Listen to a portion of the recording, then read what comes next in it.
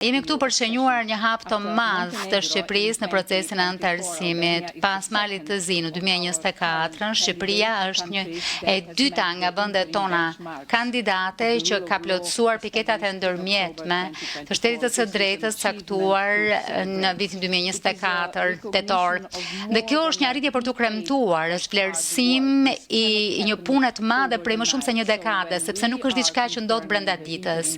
Kështu që kur konfirmojmë këto piketat ndërmjetme për shtetin e së drejtës, konfirmojmë që puna juaj e 10, madje dhe më shumë viteve në këtë fushë ka qenë e suksesshme.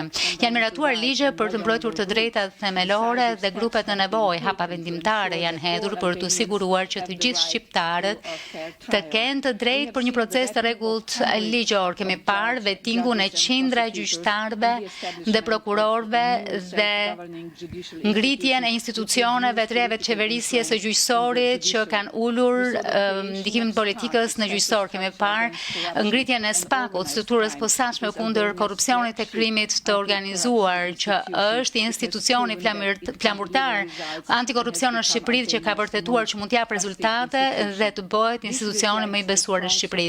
Kjo reflekton mbështetjen e fortë të popullit shqiptar për reforma të thella në sistemin e drejtësisë dhe fuqia transformuese e procesit anëtarësimit të BE-s duhet më së pari mbi të gjitha të ndihet nga qytetarët shqiptar vet.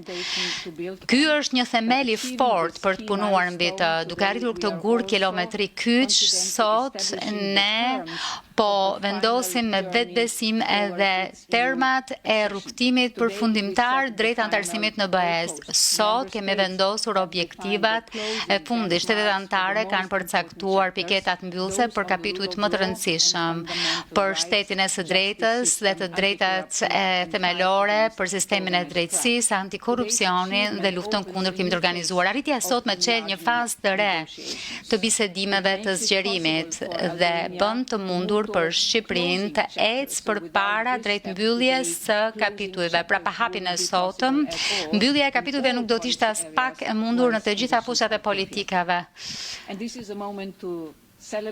Dhe në momentin që plotësohen kushtet, ky është momenti për të kremtuar, për të intensifikuar punën. Ne do të vazhdojmë të mbështesim punën dhe vizionin e Shqipërisë për të mbyllur negociatat në vitin 2027.